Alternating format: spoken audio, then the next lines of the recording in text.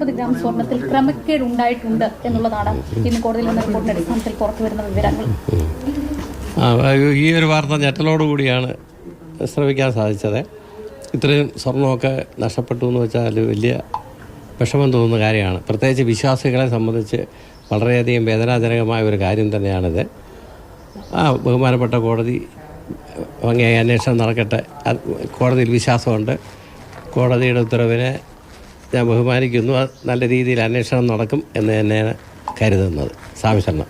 ഈ ഏതാണ്ട് 1/2 കിലോയോളം വരുന്ന സ്വർണ്ണത്തിലാണ് തിരിമറി നടന്നതെന്ന് പറയുന്നത്. സ്മാർട്ട് ക്രിയേഷൻസ് ആ സ്വർണം പോറ്റിക്ക് തിരികെ നൽകിയിട്ടുണ്ട്. പക്ഷെ പോറ്റി അത് ദേവസ്വം ബോർഡിന് കൈമാറിയിട്ടില്ല എന്നുള്ളതാണ് പറയുന്നത്.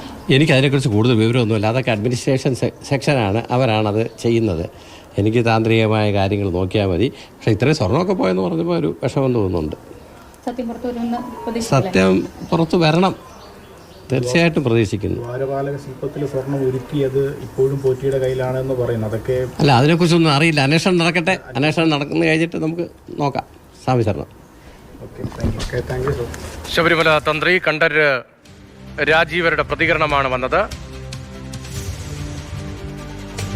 അദ്ദേഹം പറയുന്നത് ഇത്രയും സ്വർണം നഷ്ടമായത് അത് ഞെട്ടലോടുകൂടി കേട്ട വാർത്തയാണ് എന്നതാണ്. അന്വേഷണം നടക്കട്ടെ, കോടതിയിൽ വിശ്വാസമുണ്ട് എന്ന പ്രതികരണമാണ് കണ്ഠർ രാജീവരുടെ ഭാഗത്ത് നിന്ന് വരുന്നത്.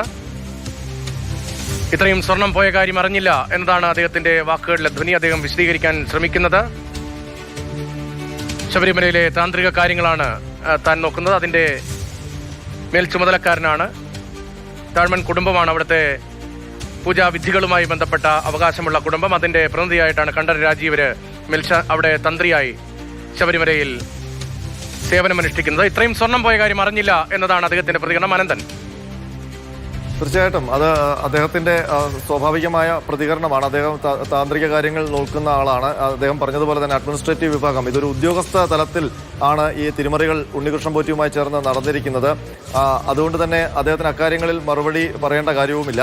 ഏതായാലും ഇതിൽ നീതിയുക്തമായ ഒരു അന്വേഷണം നടക്കുമെന്നാണ് ശബരിമല തന്ത്രിയും പ്രതീക്ഷ പ്രകടിപ്പിക്കുന്നത്. അങ്ങനെ തന്നെ നടക്കും എന്നുള്ള ഉറച്ച പ്രതീക്ഷയാണ് ജനങ്ങൾക്ക് ഹൈക്കോടതി നൽകിയിരിക്കുന്നത്. പ്രത്യേകിച്ച് DGP കൂടി കക്ഷി ചേർത്തതോടുകൂടി ഈ SITക്ക് DGPയോട് യാതൊരു പ്രതിബദ്ധതയും ഇല്ല ഈ അന്വേഷണത്തിൽ എന്നുള്ള കാര്യം കൂടി വ്യക്തമാണ്. കാരണം ഈ കേസിൽ കക്ഷിയായ ഒരാളോട് ഇതിന്റെ അന്വേഷണ വിവരങ്ങൾ ബോധിപ്പിക്കേണ്ട കാര്യം SITക്ക് ഇല്ല. അങ്ങനെ എല്ലാ തരത്തിലും ഈ SIT ഞങ്ങളുടെ കൺട്രോളിലാണ് എന്ന് ഹൈക്കോടതി ഉറപ്പുവരുത്തുകയാണ് ആ നടപടികളിലൂടെ ചെയ്തിരിക്കുന്നത്. മാത്രമല്ല രേഖകൾ ബന്ധവസ്ഥലാക്കുന്നു. ഒരു ഘട്ടത്തിലും DGP അറിയില്ല, അന്വേഷണ പുരോഗതി ഒരു ഘട്ടത്തിലും ദേവസ്വം വകുപ്പ് അറിയില്ല, ദേവസ്വം മന്ത്രി അറിയില്ല, സർക്കാർ അറിയില്ല, ദേവസ്വം ബോർഡ് അറിയില്ല. അപ്പോൾ കോടതി നേരിട്ട് നടത്തുന്ന അന്വേഷണം എന്ന് തന്നെ പറയാം.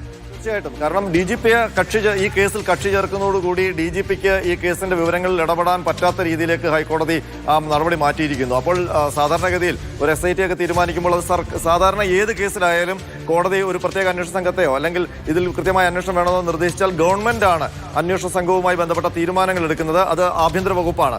ഈ ശബരിമലയുമായി ബന്ധപ്പെട്ട കാര്യങ്ങളിൽ ഉദ്യോഗസ്ഥരുടെ ഒരു പട്ടിക, സത്യസന്ധരെന്ന് കോടതിക്ക് ബോധ്യപ്പെട്ട ഉദ്യോഗസ്ഥരുടെ ഒരു പട്ടിക കോടതി തന്നെ തയ്യാറാക്കി അത് സർക്കാരിലേക്ക് കൊടുത്തിട്ട് സർക്കാർ ഇന്നലെയാണ് അതിന്റെ ഉത്തരവിറക്കുന്നത്. അതിനുശേഷം കോടതി DGPയെ കൂടി കക്ഷി ചേർക്കുന്നതോടുകൂടി ഈ SITക്ക് DGPയോട് ഇതിന്റെ ബ്രീഫിംഗ് നടപടികളിൽ നിന്ന് ഒഴിവാക്കുകയാണ് ചെയ്തത്. അതോടുകൂടി പൂർണ്ണമായും കോടതിയുടെ കൺട്രോളിലുള്ള ഒരു അന്വേഷണ സംഘം. മാത്രമല്ല ഓരോ 2 ആഴ്ച കൂടുമ്പോഴും സീൽഡ് കവറിൽ അന്വേഷണ പുരോഗതി കോടതി അറിയിക്കണമെന്ന് പറയുമ്പോൾ അതിന്റെ രഹസ്യാത്മകത സൂക്ഷിക്കണമെന്ന് ഓരോ ഉദ്യോഗസ്ഥനെയും കോടതി ഓർമ്മിപ്പിക്കുകയാണ്.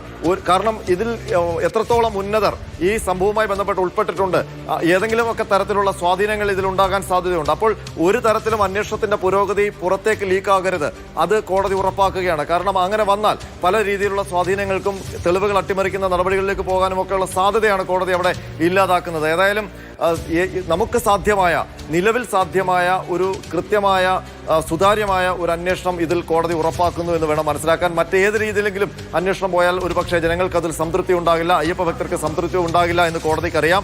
മാത്രമല്ല ശബരിമലയിൽ ഇനി മുതൽ സന്നിധാനത്തും മാളികപ്പുറത്തും നടക്കുന്ന എല്ലാ കാര്യങ്ങളും കോടതി അറിയിക്കണം എന്നുള്ള കാര്യം കൂടി കോടതി ഉറപ്പുവരുത്തുകയാണ്. രതീഷ്.